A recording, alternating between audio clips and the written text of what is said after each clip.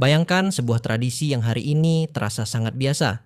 Setiap menjelang hari raya, jutaan pekerja menerima tambahan uang. Di Indonesia, kita mengenalnya sebagai tunjangan hari raya atau yang lebih akrab disebut THR. Namun di balik tradisi ini tersimpan sejarah panjang.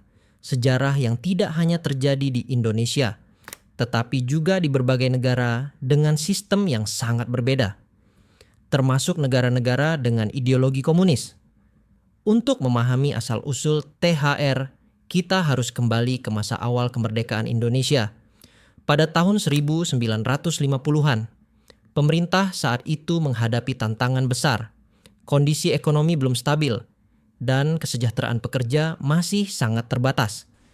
Di tengah situasi tersebut, muncul kebijakan untuk memberikan bantuan kepada pegawai negeri menjelang hari raya.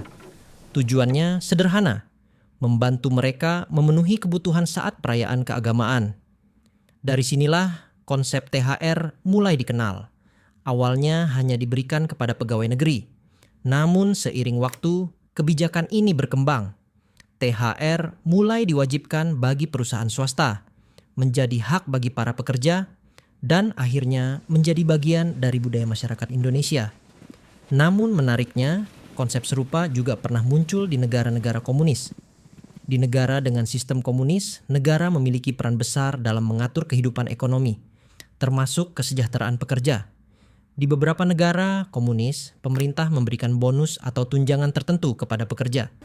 Biasanya diberikan pada momen-momen penting, seperti akhir tahun, perayaan nasional, atau hari besar ideologi negara.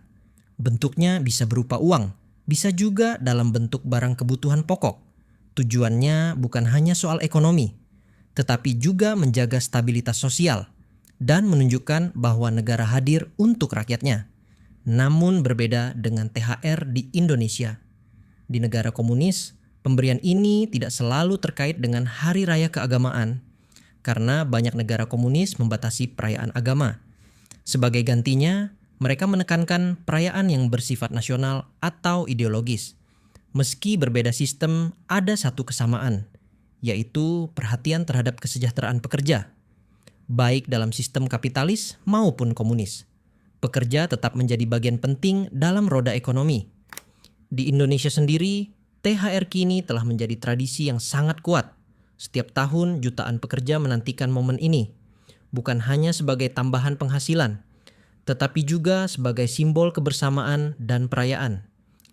THR menjadi bagian dari budaya, menghubungkan ekonomi dengan nilai sosial dan keagamaan. Sebuah tradisi yang lahir dari kebijakan, namun berkembang menjadi bagian dari kehidupan masyarakat. Dari sejarah panjang hingga menjadi kebiasaan hari ini. THR bukan sekadar uang, tetapi juga cerita tentang bagaimana negara, sistem, dan masyarakat berinteraksi. Jika kamu tertarik dengan kisah sejarah seperti ini, jangan lupa subscribe channel Neo.